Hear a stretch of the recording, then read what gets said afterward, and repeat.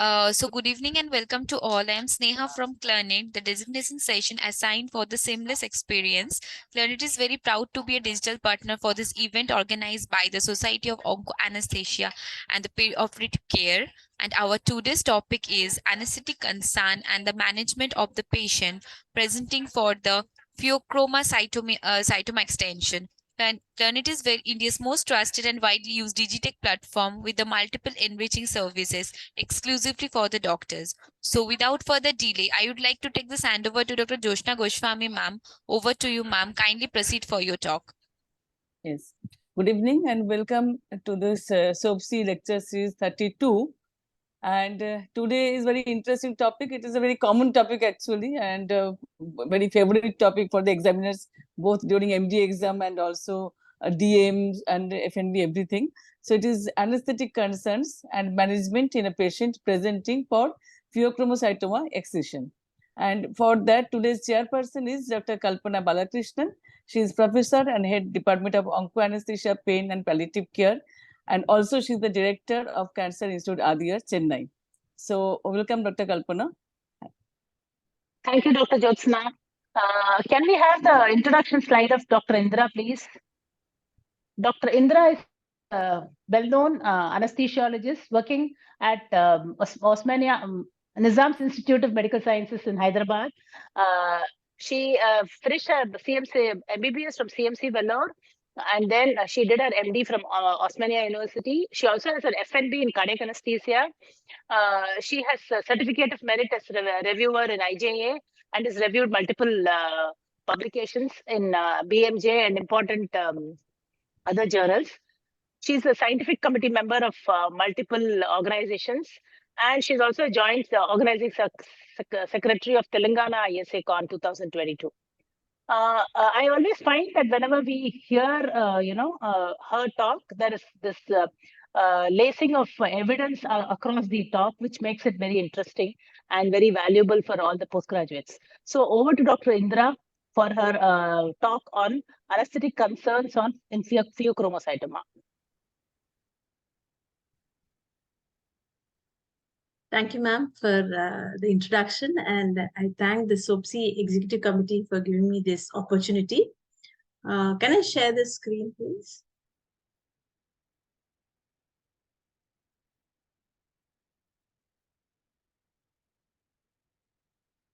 So the topic today, can you see, ma'am?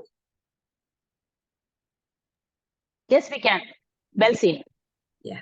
So the topic today actually was anesthetic concerns and management of phaeochromocytoma, and I have slightly extended it to include paragangliomas because the clinical presentation is similar. So I start with a case report. This is a 42-year-old female.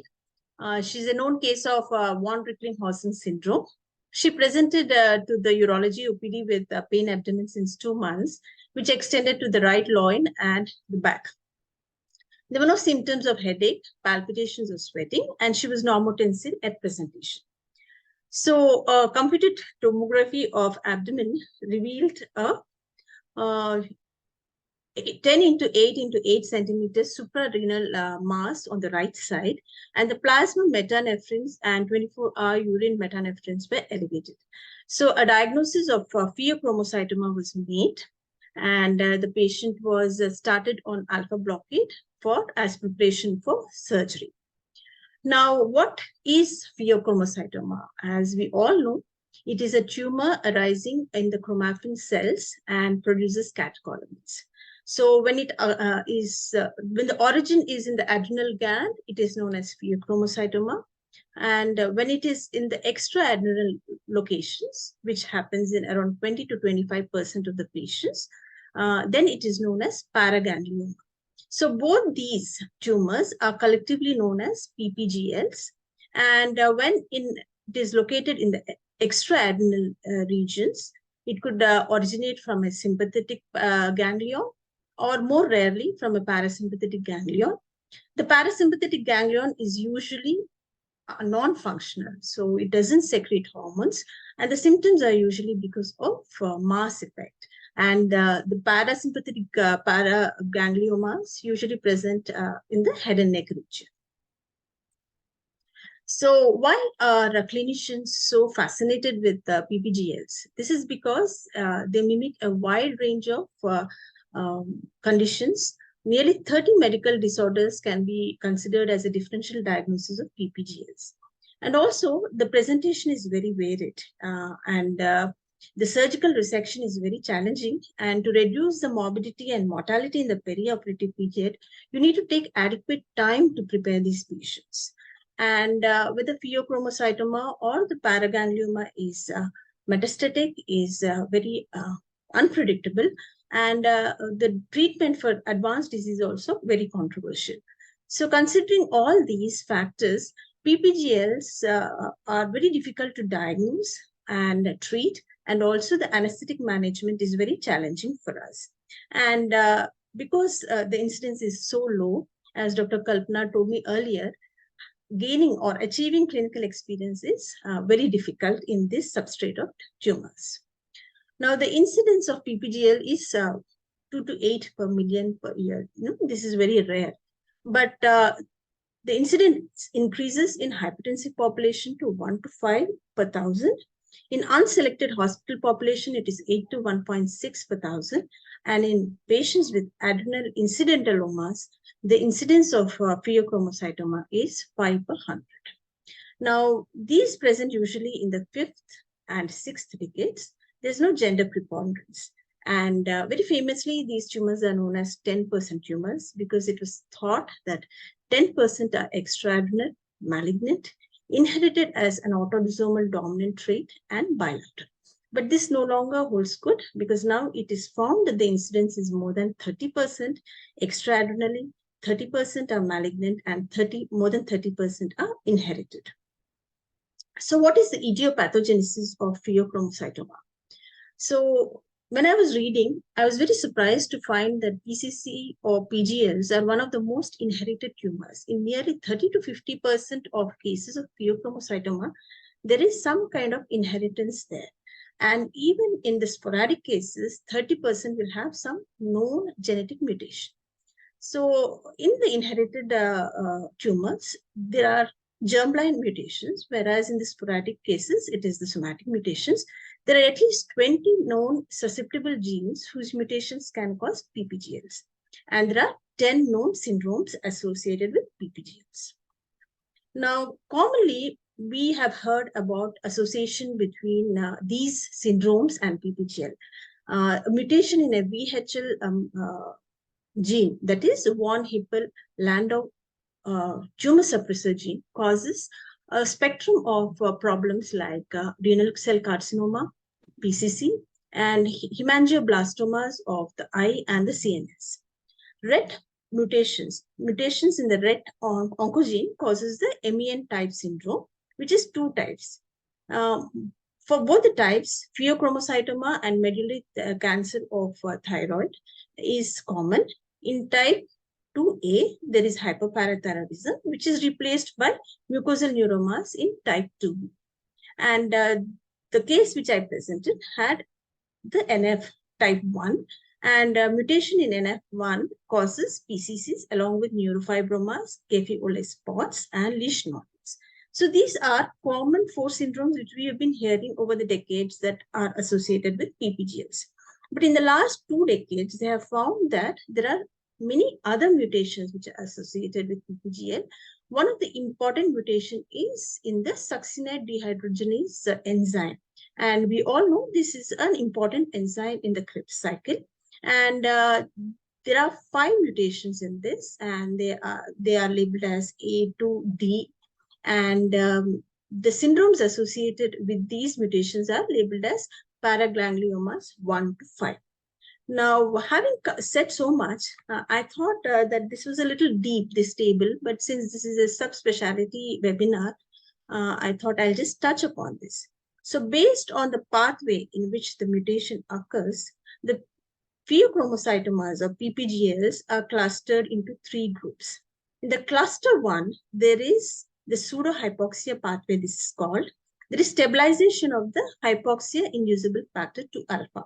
So when this factor is stabilized, there is increased proliferation and spread of malignant cells. Now, when the mutation is in the succinate dehydrogenase complex, it leads to mostly extraadrenal and with presentation of the disease, and the metastatic risk is very high, and the age of presentation is very early. And the predominant catecholamine which is produced is normetanephrine. So in the cluster 2 also, the predominant catecholamine is noradrenaline, but it can present either in adrenal or extraadrenal, but the potential for metastasis is intermediate to low. Now, the cluster 2 is associated with kinase signaling pathway abnormalities. So the RET mutation, which is what is associated with the MEN type of syndrome, and neurofibromatosis tumor suppressor gene, these are the two mutations which are associated in the cluster 2. And as you can see, predominantly the tumors are in adrenal with low potential for metastasis, and the presentation is late, and either adrenaline or both noradrenaline and adrenaline are the predominant categories. Now you have the cluster 3, which has not been characterized very well.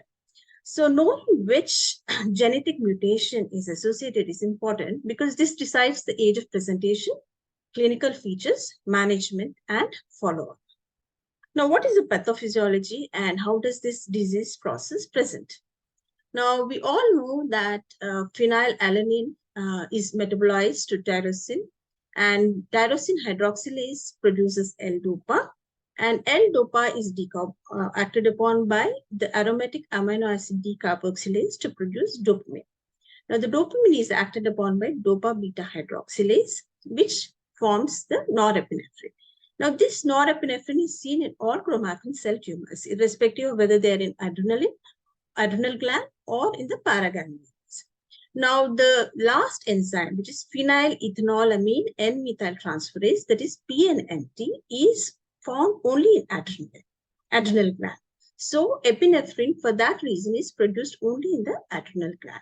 So that is why for phaeochromocytomas, you find both epinephrine and norepinephrine, but in paragangliomas, you find only norepinephrine as a predominant category.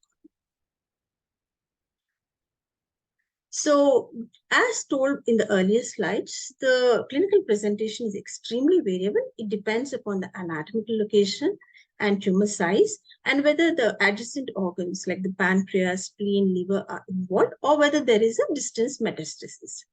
Also, whether the clinical presentation depends upon whether the gland is or the tumor is functional or non-functional.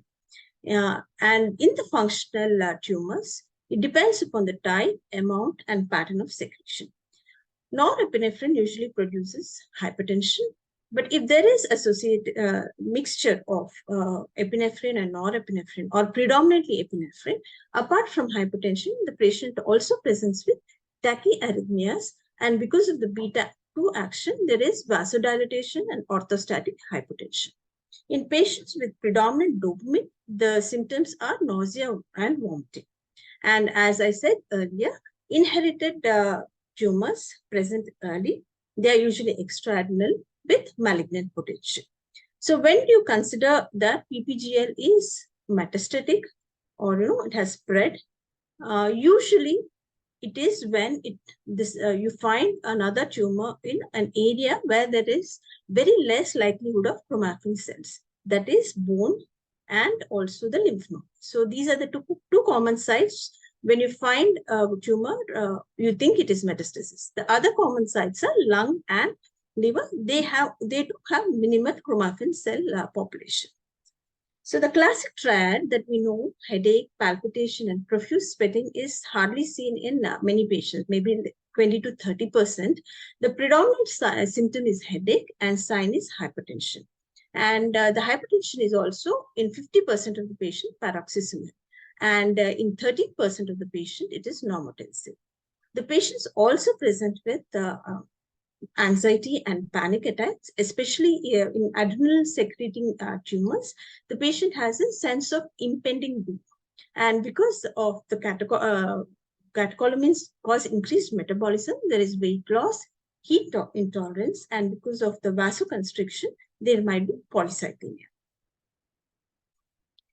In 20% of the patient, the presentation might be of life-threatening hemodynamic instability, which can be cardiac, or it can be a stroke or renal failure and sudden death. Now, with so much CT scan being used left and right, in 50% of the patient of late, the discovery of adrenal mass has been incidental. And in the West, when there is a history of family history of phaeochromocytoma, germline mutation testing has also contributed to many discovery of phaeochromocytoma. What is interesting is that the PPGLs can also secrete some other non-catecholamine hormone. So the symptoms of that particular hormone can also be obvious. Like, for example, if the tumor is also secreting ACTH, apart from catecholamines, you can have a symptom of Cushing's. And with vasoactive intestinal peptide, there might be diarrhea. And there might be over diabetes or hyperglycemia because there's inhibition of insulin release. So when you have 2 or more hormones, then the diagnosis becomes even difficult. So as I told earlier, there are nearly 30 cases, 30 differential diagnoses, but the most important ones are listed here: hypoglycemia, carcinoid syndrome, mast cell diseases, essential hypertension, panic attacks, and cardiac arrhythmias. So now, at the end of so many slides, you realize that there are so many differential diagnoses, and phaeochromocytoma itself can present in so many different ways. So when you take the symptoms seriously, and test further. So the clinical settings for testing further for PPGL include the typical symptoms of palpitations, headaches, diaphoresis, hypertension. And if there is unexplainable variability in the blood pressure, if there is severe treatment-resistant blood pressure, there is paradoxical blood pressure response to drugs, food, anesthesia, surgery, all these might actually trigger a hypertensive crisis. If there is an orthostatic hypertension in a hypertensive patient, new onset diabetes mellitus in a young, lean hypertensive patient, incidentally discovered adrenal mass, and if there is a genetic predisposition for hereditary PPGL and previous history of PPGL, all these are the situations where you have to test further for PPGLs. So how do you test? There are 2 methods. One is biochemical testing and the other is imaging. So when you look at the biochemical testing, you have to look at the metabolism, how the catecholamines are metabolized. 2 enzymes act on these, monoamine oxidase and catechol or methyl transferase. Now, both these enzymes, after they act on epinephrine and norepinephrine, produce metanephrine, vanillyl mandelic acid, and normetanephrine. So you either test the catecholamines like epinephrine, norepinephrine, and dopamine, or you test the metabolites, which are metanephrines, vanillyl mandelic acid, and normetanephrine. You can test either in urine or you can test in plasma. So these are the normal values. I just included these so that for reference. And urine values are usually measured over 24 hours so that the diurnal variation is taken care of. And so which one do we prefer? Do we prefer to test for catecholamines or do we prefer to test for metabolites? So it has been found that the release of catecholamines may often be episodic. So you might miss the period when actually the catecholamine was released. And when the measurement is taken, also the levels might be too low. And the measurements of catecholamines can also be affected by exogenous administration of catecholamines. So it has been shown that testing for metabolites is more reliable because it is continuous. And the COMT is exclusively found in chromatin cells. So once the COMT produces the metanephrines and those are released into the blood, it becomes easier to test them. Now, as for all tests, false positive results are quite common. They are to the tune of 20% for both plasma-free and urine fractionated metanephrines. So between urine and plasma, which one do you prefer? This is a meta-analysis and which included 5 different papers. They have found that both sensitivity and specificity for testing for plasma metabolites are much better. So it is preferred that the plasma metabolites be tested. There are certain conditions and certain medications that can cause false positive results. So in these cases, you might find the catecholamines or the metanephrine levels to be raised, but without there being a PPGL. So which are these conditions?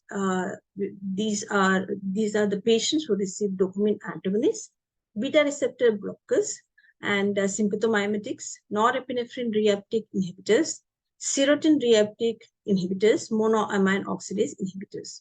Now, these on the right side of the panel, there are the drugs which are supposed to be avoided when you're testing.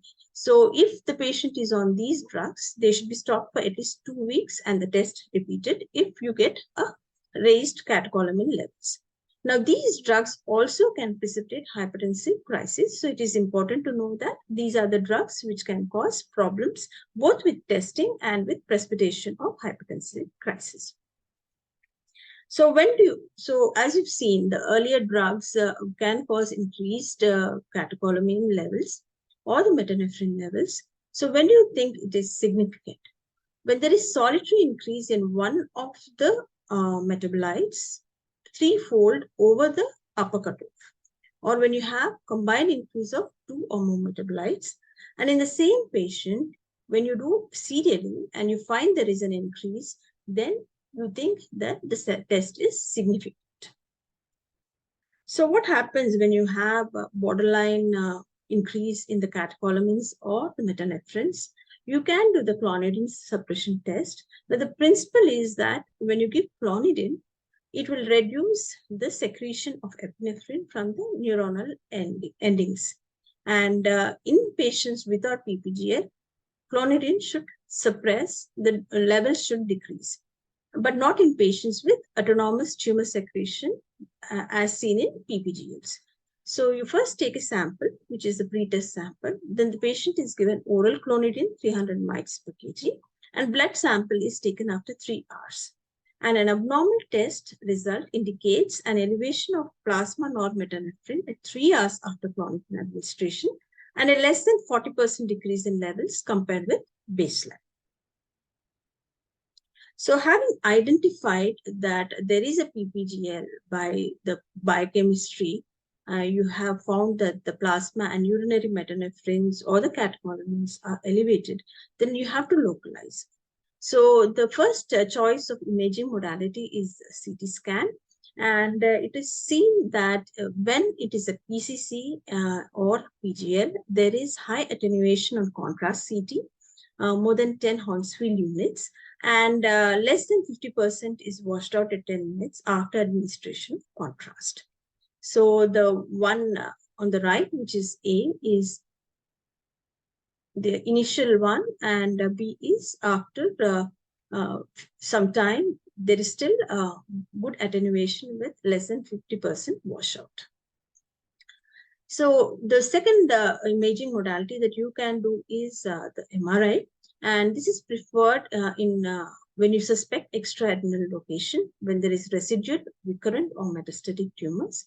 It is also preferred when CT is not possible, like in patients who are pregnant and who might have clips which might interfere with the CT scan, or you do not want to expose the patient for too much radiation, like in syndromic patients, then also MRI is preferred.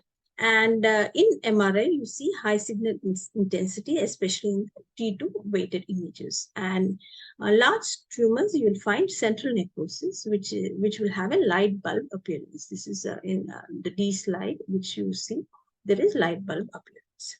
So what is the potential for metastasis? The incidence varies. It can be as low as 1 to 80%. But when there are risk factors, such as the size is more than 5 centimeters, or if it is multifocal, and if there is a mutation in SDHB, then you must look for metastasis, and other locations have to be looked for. And we have 2 methods, actually. This is called functional imaging. So the functional imaging is by meta-iodobenzoguanidine scintigraphy, And but this has limited use, and it has been now limited only if you're going to follow it up with treatment with 131 IMIBG. So earlier we used to do this scintigraphy in many cases, but now it is limited to only metastatic cases where you are going to follow it up with treatment with 131 IM. More useful is the PET CT scan. You can use 18 fluoride isotope labeled ligands or 68 gallium labeled somatostatin receptor analogs. Some of the tumors are found to have somatostatin receptors. So these are more useful to find out whether there are any multifocal or metastatic lesions. So now this is the flow chart. So if you have a suspected PPGL, you look for the metanephrines or the 24-hour urine metanephrines. And if they're elevated more than 2 times, you look for any interfering drugs. If yes, you discontinue the drugs for 2 weeks and retest. If the metanephrines are normal, but the clinical suspicion is very high, you repeat the test, and if there is positive test for the biochemical testing, then you look for a CT-MR. And if there is concern for metastasis, you do functional imaging. So surgery is the main stay of treatment for non-metastatic PBJ. And in patients with hereditary PCCs, cortical sparing surgery is preferred because for all you know, the patient may develop a tumor on the other side, contralateral adrenal, and it might lead to adrenal insufficiency later on. And even metastatic disease, the primary tumor resection is considered when you want to relieve the symptoms from excess of catecholamines, or if there is any compression syndromes, and also you want to minimize the target for other therapy like radiation and other chemotherapies. So now laparoscopic adrenalectomy is preferred because the morbidity is low and the pain and blood loss is less. Both transabdominal and retroperitoneal approaches are feasible. Transabdominal, the surgeon is actually very comfortable, and you can also look at other organs. Retroperitoneal is considered when you're looking for bilateral adrenalectomy, but it is difficult because the surgeon has to triangulate in very small spaces. But both approaches are comparable in terms of the resection, and also there are no hemodynamic benefits of one approach over the other. So when do you do open adrenalectomy? So open adrenalectomy is indicated when it is a bulky tumor, because you do not know which one is malignant, and so you want a complete tumor resection, and you don't want the tumor to fracture and cause local recurrence. And open adrenalectomy is also considered when you have a high index of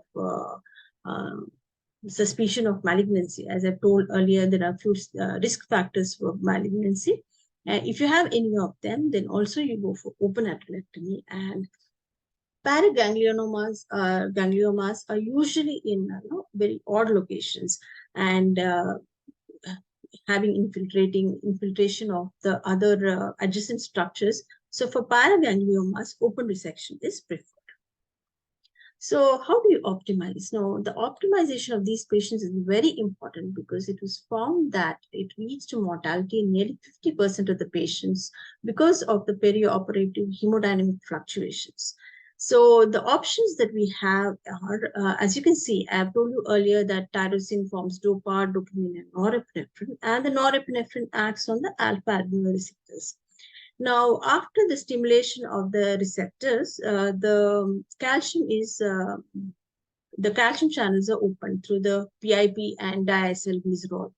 So you can actually have a drug therapy targeting the adrenoreceptors or calcium channel blockers. The third method of pre-op optimization is methorexin, which actually targets the enzyme which converts tyrosine into DOPA. So the options that we have are phenoxybenzamine. Now, this is a non-selective alpha blocker, meaning to say it blocks both alpha-1 and alpha-2. And it is started because it's long-acting, twice daily is adequate. Now, 3 days of phenoxybenzamine actually should lead to orthostatic hypotension because there is vasodilatation. And since it is non-selective and there is also alpha-2 blocking, there is tachycardia. So this is what is different from the other alpha blockers such as doxazosine and terazosin because they are selective. They do not cause tachycardia. So as soon as you find after starting phenoxybenzamine, the tachycardia increases and the patient has orthostatic hypotension, then is the time to add on beta blockers. So the beta blockers can be non-selective or selective, and the beta blockers are usually added to counteract the effect of phenoxybenzamine. Now, if you're having alpha-1 selective blocker, you don't need to actually add beta blockers. This is what I wanted to highlight. Beta blockers are also added if you are suspecting an adrenaline predominant tumor because you want to prevent the arrhythmias.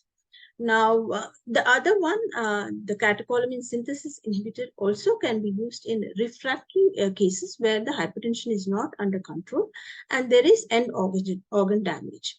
Even calcium channel blockers are added as a second-line therapy for after alpha blockers, and beta blockers do not help in controlling the blood pressure. Now, can we add labetalol for control of blood pressure because, you know, it has both alpha and beta blockade? Now, in this particular case report, you see that when the patient was given labetalol for, you know, blunting the intubation response, the systemic vascular resistance increased, index increased from 1958 and to almost 4,986. So this is because for patients with PPGL, they need at least 4:1 alpha to beta blockade. Whereas drugs such as labetalol have 1:7 ratio alpha to beta blockade. So when you're using labetalol, it should be used only after the patient has received alpha blockade. Otherwise, it can actually precipitate hypertensive crisis in a patient with phaeochromocytoma. So what are the advantages of the preoperative adrenergic blockade? It lowers the blood pressure, and when there is vasodilation, and there is concomitant fluid replacement, it increases the intravascular volume. It reduces the chance of hypertensive crisis during induction and tumor manipulation. It allows resensitization of adrenergic receptors and reduces myocardial dysfunction in the perioperative period. Now, which one is better? Is it the non-selective which is better or the selective alpha-1 blockers?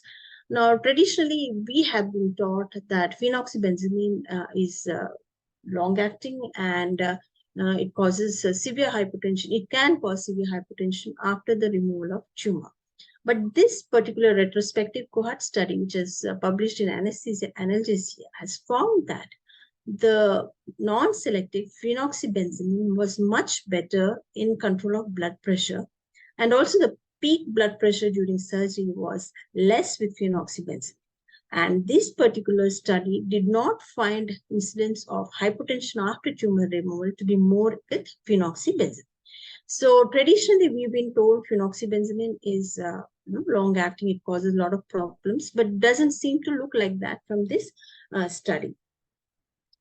So if the patient is normotensive, is it really necessary that you do preoperative alpha blockade? Like, you know, you have found that the tumor is incidentally on CT scan, though there is elevation of metanephrines, the patient's blood pressure is normalized.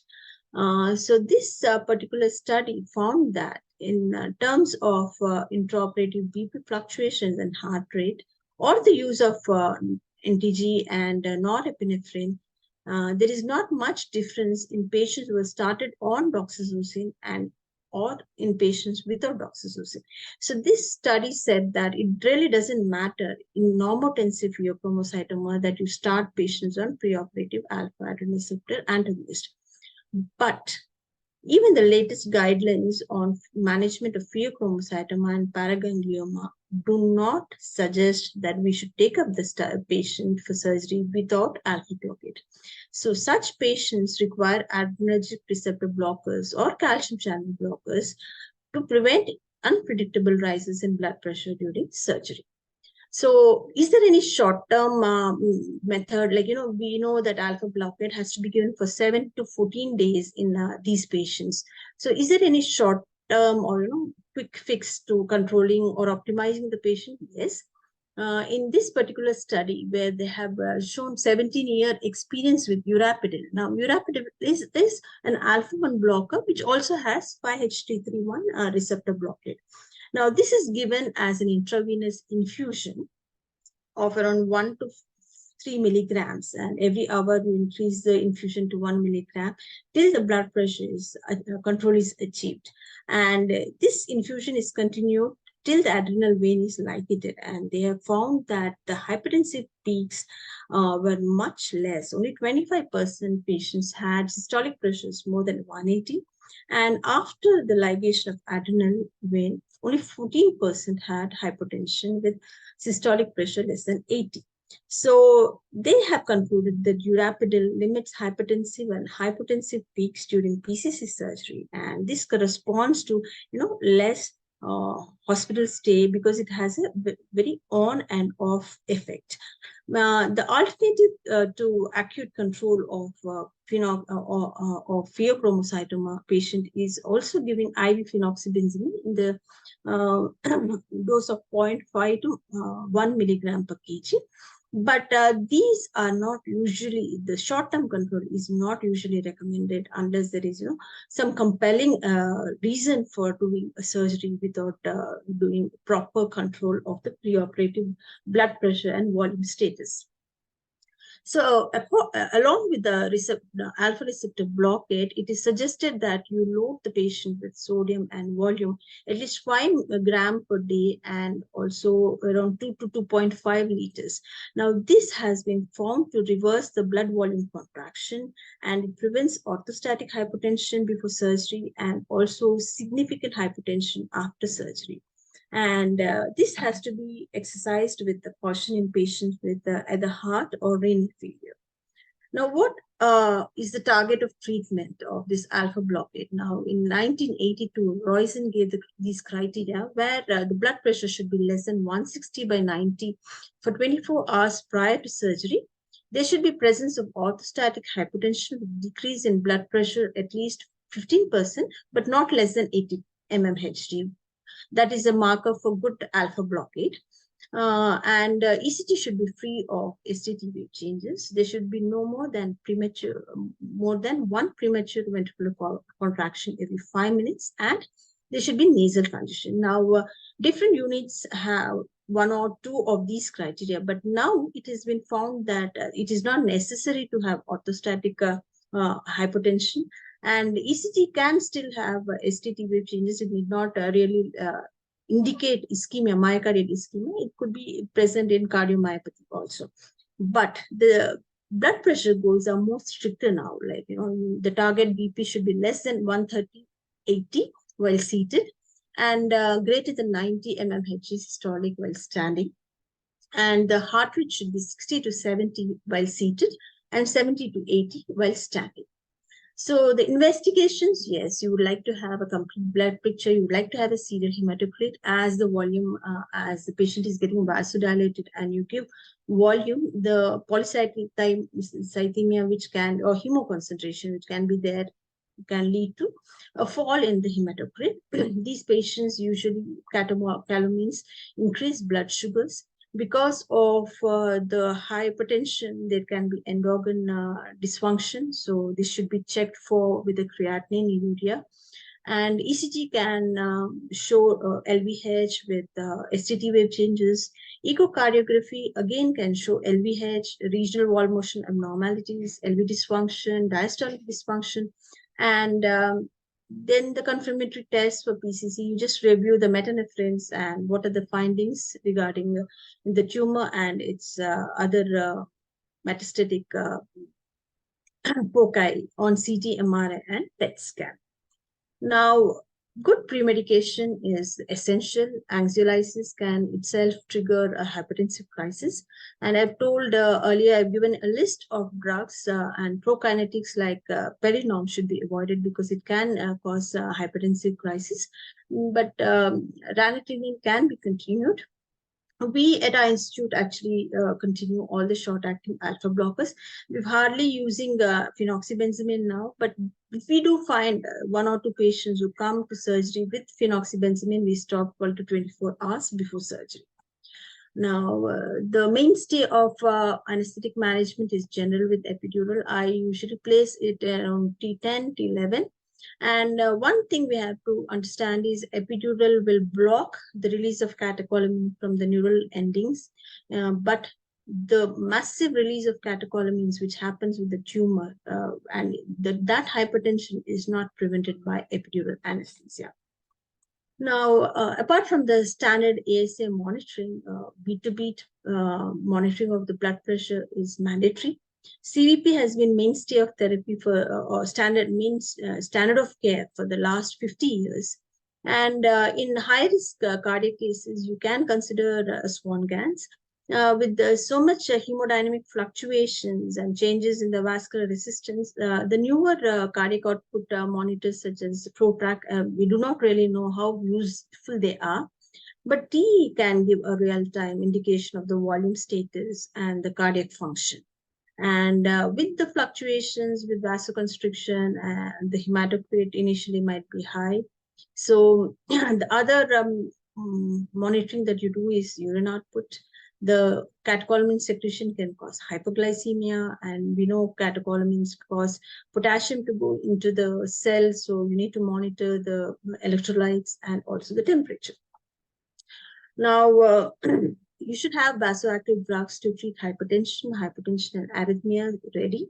And we always place all the invasive lines before induction, at least the arterial line we do place before the induction of anesthesia. So what are the goals of anesthesia? So the important points like induction, intubation should be well covered, and drugs that release catecholamines such as ketamine, desflurane should be avoided. Histamine-releasing drugs like morphine, atrocitum again are avoided, and scoline, by virtue of fasciculation, has been found to cause hypertension in a few case reports, so it is also avoided. Drugs with vagolytic property like pancuronium is not preferred, and we should be ready to actually manage the hypertensive response during tumor handling and also after the removal of the tumor, the hypertensive response. And as I've told you earlier, all the arrhythmias should be monitored, the fluid status and the electrolyte imbalances should be looked for. So the drugs, anesthetic drugs that are considered safe are propofol, etomidate for induction, and fentanyl, alfentanil, remifentanil for pain relief. And there have been case reports where they have used remifentanil, dexmedetomidine, sevoflurane for managing the hypertension, but it has not been found to be very useful. All these drugs needed another vasodilator to get control of the blood pressure.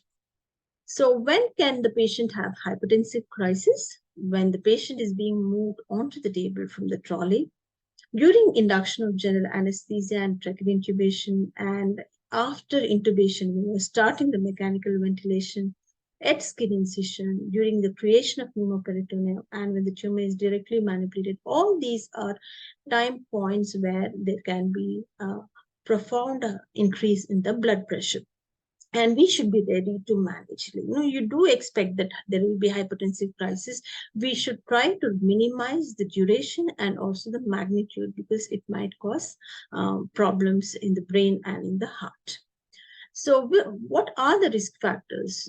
Are there any methods or factors which can predict hemodynamic instability preoperatively? Yes, if the patient has very high plasma and norepinephrine levels preoperatively, or if the tumor size is large, and if there is frequent postural drop after starting alpha blockade and a pre-anesthetic MAP of more than 100 mmHg, all these patients will probably have a stormy intraoperative course, and we should be prepared to manage it beforehand.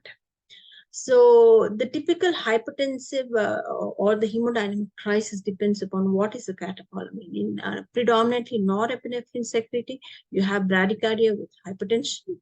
And if there is epinephrine as the dominant catecholamine, you can also find tachyarrhythmias. So what are the drugs that we have? You have vasodilators, beta blockers, and then antiarrhythmics.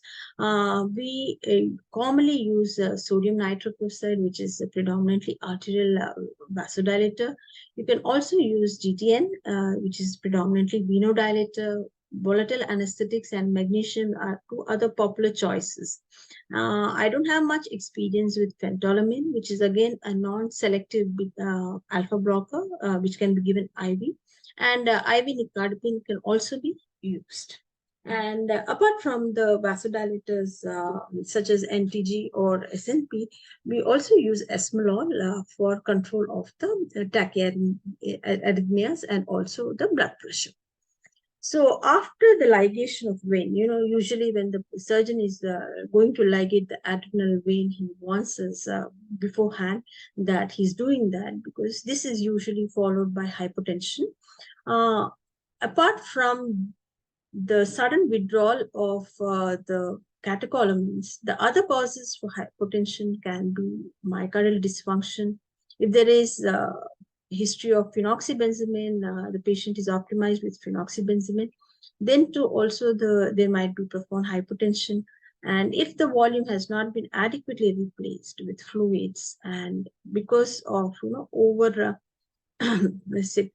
function activity of this adrenal gland, there is suppression of the normal contralateral gland. Also, in these patients, there can be hypertension following venous ligation. So, how do you manage? So, you have to volume load the patient. Sometimes you need to give almost 3 liters before the vein is ligated. Commonest choice is norepinephrine. You can also use adrenaline and phenylephrine. And in resistant cases, you can use vasopressin and methylene blue, because these two do not depend upon the adrenergic pathway for the blood pressure control. Vasopressin acts through the vasopressin receptors, and methylene blue acts through the nitric oxide.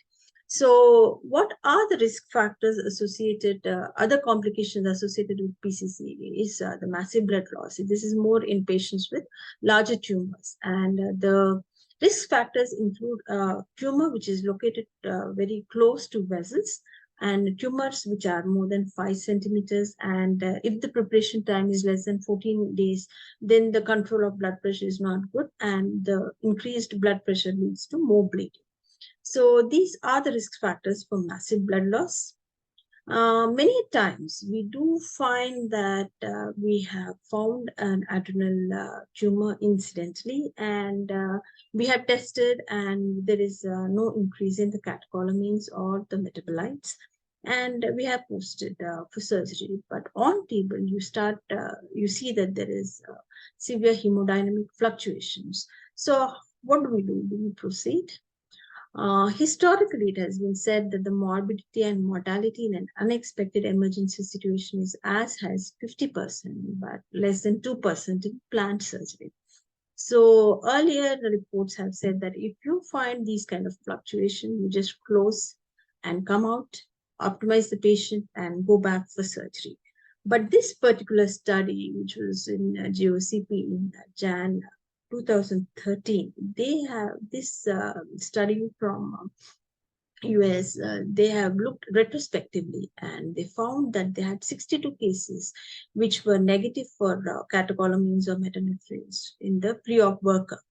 And they have found that they could well manage the intraoperative hemodynamic instability, and they have used antihypertensives such as nitrates, beta blockers, and alpha blockers were used only in 33% of the patients. So, but they could manage. But what they have found is the perioperative mortality is not so high as expected. It was around 8%. And this was more in patients who did not receive alpha blockers.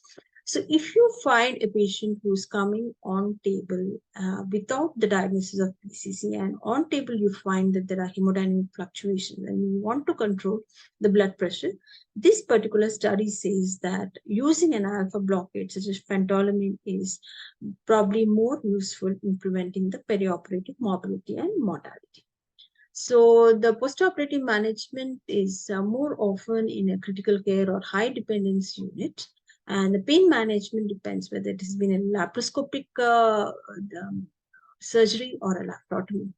But sometimes, even after surgery, the patients might have sustained hypertension. So you have to have a suspicion of a residual tumor. Also, aggressive fluid overload, fluid loading can lead to hypertension.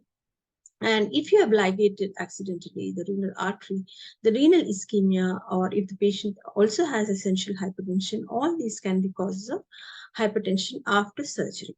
And if there is persistent hypertension, then it could be because of bleeding, which was inadequately resuscitated, or it could be because of residual anesthetic. And as there is hypoglycemia, after the removal of tumor and withdrawal of the catecholamines, there is rebound hypoglycemia. So the patient's blood sugars need to be closely monitored for 24 to 48 hours. And if necessary, glucose infusions should be started and continued till the patient's blood sugars normalize. So the follow-up, especially in patients with potential adrenal insufficiency, special care should be taken. So these are the cases who have undergone bilateral complete adrenalectomy or cortical sparing adrenalectomy, or a unilateral cortical sparing adrenalectomy in the sole remaining adrenal gland. Now, it is found that if you leave 1/3 of one adrenal gland, it is actually enough to prevent Addisonian crisis or hypoadrenalism. But if necessary, these patients should be monitored and they should be started on steroids. And to ensure that the tumor has been completely resected, biochemical testing should be performed 2 to 4 weeks after surgery. And as I've told, many of these patients have some genetic mutation. If possible, it has to be done. And if that comes positive, the patient should be kept under surveillance with biochemical testing and imaging every year. So pregnancy, it's very rare, but it's associated with very high mortality. Phenoxybenzamin is safe, and if you want to resect, it should be done in the second trimester or after delivery, or it can be done along with the cesarean section. But you must know that it is associated with significant mortality. Now, this is the case which I have presented earlier. These after the patient was started an alpha blockade. Since we had started on prazosin, we hadn't given beta blockade to that particular patient. So the intraoperatively, there were a lot of arrhythmias, STT wave changes, and hypertensive surges. We have predominantly managed this patient with SNP, esmolol, as you can see, the ABG also shows the typical changes. There is hypokalemia, there is increase in the blood pressure, and lactate is increased, which we know adrenaline is supposed to cause. Now, this is the NIMS data. In the past 10 years, we have done actually 122 adrenalectomies. It includes everything like non-functioning cortisol and also Pheo, of which 50 are Pheo. I could retrieve data for only 32 cases. There were 19 females, and the patient predominantly had back pain, loin pain more specifically, and 12 of them had hypertension, and other symptoms were headache and chest pain in 7 patients. And in some patients, there was a history of being operated for thyroid neoplasm, and they were under surveillance. 29 patients were unilateral, 3 had bilateral phaeochromocytomas, and 5 patients were found to be having syndromic. They had MEN and NF neurofibromatosis, and most of the tumors were very large, more than 5 centimeters, 18 patients, and 17 patients had open surgery, 12 had lap, and 2 patients were started with laparoscopic and they were converted to open. And preoperative alpha blockade was present in 95% of the patients. The other 5% were the cases which we found were to be phaeochromocytomas on table, and we somehow managed with vasodilators and beta blockers. Now, 100% of the patients received epidural. The common drugs used to control the hypertensive surgery were the vasodilators and beta blockers. Some consultants used propofol and magnesium, and in 3 patients, dexmedetomidine was used. And after resection of the tumor, Transiently, 24 patients required norepinephrine, and one patient was mechanically ventilated, and this patient was quite unstable in the intraoperative period. She had to be started on multiple inotropes, and this was a patient who had a prolonged ICU stay and finally succumbed because the hypertensive surges.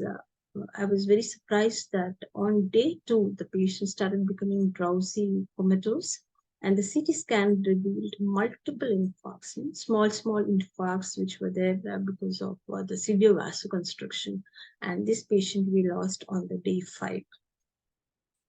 So in conclusion, phaeochromocytomas, it's been since the first case reported was almost 130 years ago, but since then the evolution in diagnosis and treatment has been dramatic. Now, the clinical presentation is also evolved from the classic symptoms to incidental discovery on imaging and also by germline mutation testing. And the biochemical methods also have become more sensitive, and effective tumor localization has been possible with CT and MRI. And in metastatic cases, you have the PET-CT and use of laparoscopy, and now robotic. I didn't touch robotic because there was not much literature. It has improved the outcomes.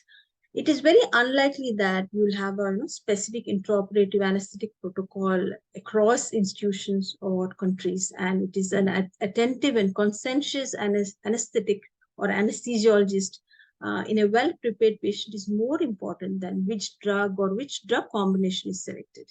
Now, general anesthesia is the primary anesthetic choice, and you should, with special attention to agents which are able to treat wide swings in blood pressure, and you must monitor the patients for hypotension, persistent hypotension in the postoperative period, and electrolyte imbalance. And management of phaeochromocytomas is an evolving process, and hopefully the improved outcomes will continue as we have seen over the last few decades. Thank you. These are the references. Thank you, Dr. Indira, for that exhaustive, very clear presentation. At this point, before we launch into some, there are 2 questions. One by Dr. Prasad Venkatesh, who would like to see the normal values of critical hormones in the body. The slide again. Is that possible to do that? Just go back and show the slide again, maybe because he's interested.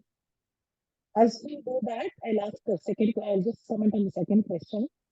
Dr. Indrani Hemkumar says they conducted a study comparing prazosin with amlodipine in non-metastatic pheo and found that intraop lability was better in the calcium channel blocker group.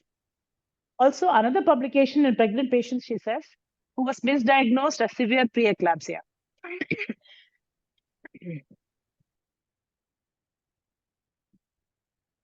Can you see my screen? Yes, we can. So I think Dr. Prasad, I guess this is what is the screen. However, I would like to say that this would be available on YouTube, so you could always, go back and check on that. Now, did you have any particular query because you wanted to see this again? Did you have any query? So I do not know, Dr. Prasad, any particular query? Because most of these investigations are lab specific, so what might especially the VMA, yes. Yeah, some of it is very lab specific. Yeah. There's one other question by somebody anonymous. Do you routinely do genetic testing for all patients? If not, what are the specific indications? See, we at our institute, actually, our endocrinologist does genetic testing when it is multifocal and when the age of presentation is very young. So we do not have the whole panel for testing. Like, if you want to look at all the genetic mutations, and the panel there are quite, as I mentioned earlier, there are quite a few mutations. So that is very expensive, and we don't have it. So we send it outside.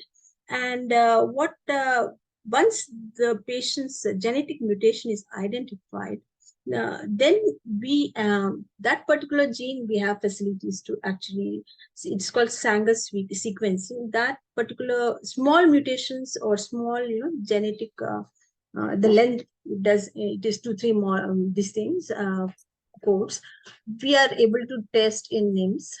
That is called Sanger sequencing. We have that. So the initial identification of what mutation, we do it when we send the patient to an outside lab.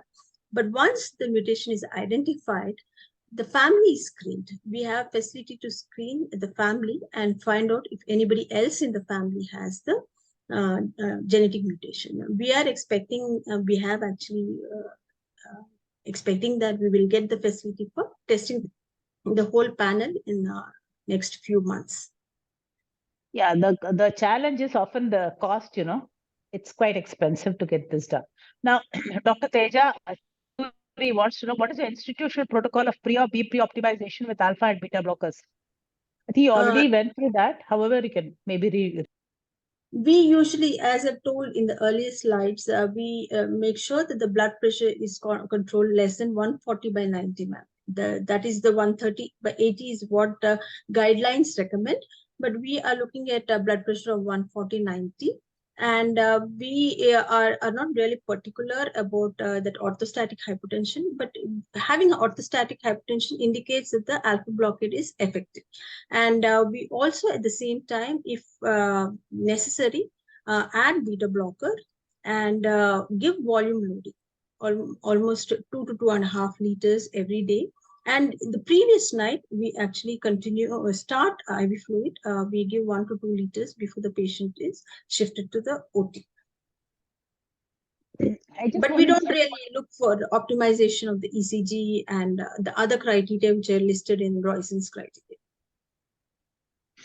Yeah, the one thing that I wanted to say was, while it is very nice to have this 10% criteria, there are some publications which say that, the 10% rule doesn't actually hold good. And often there are metastatic, Pheo is about 22 to 23%.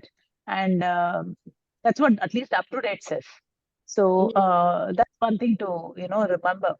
And one other thing, you did speak about the sodium in the diet. Anything else in the diet? Increased sodium intake you did speak about. Anything else? Would you be worried about food that produces tyrosine, that releases tyrosine? You are actually not supposed to take all those cheese, the stuff which actually has the tyrosine, like cheese. You have to avoid those drugs because they can precipitate hypertensive crisis. So that's so there are two dietary modifications that are needed: increased sodium and avoiding tyrosine-producing medications. One big list is available on the internet. Now, one thing that I wanted to share was, we had one patient almost 20 years back, 14-year-old boy, on the first post-op day. Normally he was fine, extubated. Intra-op there was a big surge of hypertension, and our surgeon, the resident or the person who was there, accidentally gave some esmolol. The patient had been well prepared with alpha blockade, but BP went up really high intraoperatively. And then post-op, when he was sitting in the room, we thought that he's looking a little funny. So when we actually examined him, we found that he has cortical blindness. Okay. He had cortical blindness, and then I found that it is actually described. And because of that very high surge of intraoperative BP, which became better. Luckily, he fully recovered after it. So that is one phaeochromocytoma which I would not forget. One other thing that I remember was one case of TORBD. You give spinal, and they are doing, the moment they touch this, the tumor, there were BP surges multiple times. And then every time they touched, first time we actually canceled the first day because it was 230/140. Patient is a known hypertensive on medications. And then when we took him up again, second time again spinal, same thing happened. Then when the biopsy was taken, it turned out to be phaeochromocytoma. If you go back and see that it is not uncommon at all, about 11% of bladder tumors can be phaeochromocytoma. So that is one more interesting thing. There are no further questions, I think. Anything else you want to add, Dr. Indira? No. Dr. Jyotsna, anything? Yeah, Dr. Indira, I just want to know what is your institutional practice. Do you give for alpha blockade? Do you give prazosin or you give the phenoxybenzamine? What is your practice in your? institution? Madam, earlier we used to use phenoxybenzimine quite a bit, madam. But of late, our endocrinologists have shifted to the alpha 1 blockers. And in the Okay. alpha 1 blockers also, we are using predominantly prazosin, actually. And it is sustained release prazosin we are using. And if there is tachycardia, then we add beta blockers. And but otherwise, we are using selective alpha blockade now for 7 to 14 days. We actually do it for proper 14 days. Okay. Yeah, we also use prazosin. What about you, Dr. Yeah. Jyotsna? Yeah, that's what we also use prazosin. So that's the practice nowadays at most of the places. But in case of normotensive patient, when then also you are using alpha blockade or beta blockade. Beta blockade, obviously, if you have tachycardia, then. But alpha blockade you are using in normotensive patient. Yes, madam, we are using No, patients also because okay, we are not. we are using, madam. We are using minimal dose around 2.5 mg like that. We are using. There was one publication where they said the patients, yeah, you did talk about it, no? Where the Yes. alpha blockade patients did do as well as the other group, where there was no alpha blockade. They said that there is no difference, even if you give okay, alpha blockade in normotensive patients. So, but even the guidelines actually say, madam, if you see the 2014 endocrinology guidelines on which most of my webinar is based on, they have said that they do say that we have to start, once the diagnosis of phaeochromocytoma happens, you have to start on alpha blockade. What is your choice of vasodilator during surgery? SNP? SNP, man. SNP. Nothing like SNP. There are some people who use NTG, no? I don't find it as effective as SNP. I don't. I use only SNP. Yes. And NTG also is slightly longer acting, so you'll be stuck with. Yeah, so SNP much easier to control with SNP. Control, actually. absolutely. Much easier. Dr. Indira, you said you do use epidural throughout. So do you charge the epidural and use intraoperatively? What happens during after resection? After No, the madam. venous We haven't really found such drastic levels of hypotension after tumor withdrawal, the catecholamine withdrawal. So we actually load, give the test dose and give the loading dose of epidural and then maintain an infusion. And in the postoperative period, as I've said, if necessary, we start the patient on norepinephrine. Except for 1 or 2 cases, we really didn't have to stop the epidural in the postoperative period because of hypotension. Okay, there is, I think, another question in the QA box, that is Uradipil available in India? That I really don't know, because that particular study, which actually has come from US. So I really don't know. Not that I know of. I don't know about it. We have not used it. But that's why I said you have an alternative. Like if you really want to use, I have a rapid control, for example, in a pregnant patient, and you want to go for surgery, phenoxybenzimine infusion is another option, and they have suggested it in the dose of 0.5 to 1 mg per kg. See, once upon a time, we used to have this metolamin injection, so short acting, but I don't know whether it's still available. Don't know. Recently, didn't use anything. We used to use pentolamin, and it's like SNP. You can just switch it off and the effect goes away. Yeah. So no more question, I think, in the question. Yeah, thank you, Dr. Indira. Got it. That was really good, great presentation. Dr. Jyotsna, you want concluding remarks? Yes, it's very good. We all enjoyed actually, and it's very thorough discussion, thorough presentation by Dr. Indira. It is very much beneficial for all the students also. So much detailed discussion. So thank you, Dr. Indira, and thank you, Dr. Kalpana, to moderate it nicely. So I think we call it a day. It's over now. No more questions, so we can, I think, conclude the session. Okay. Yeah, thank you. Thank you. Thank you.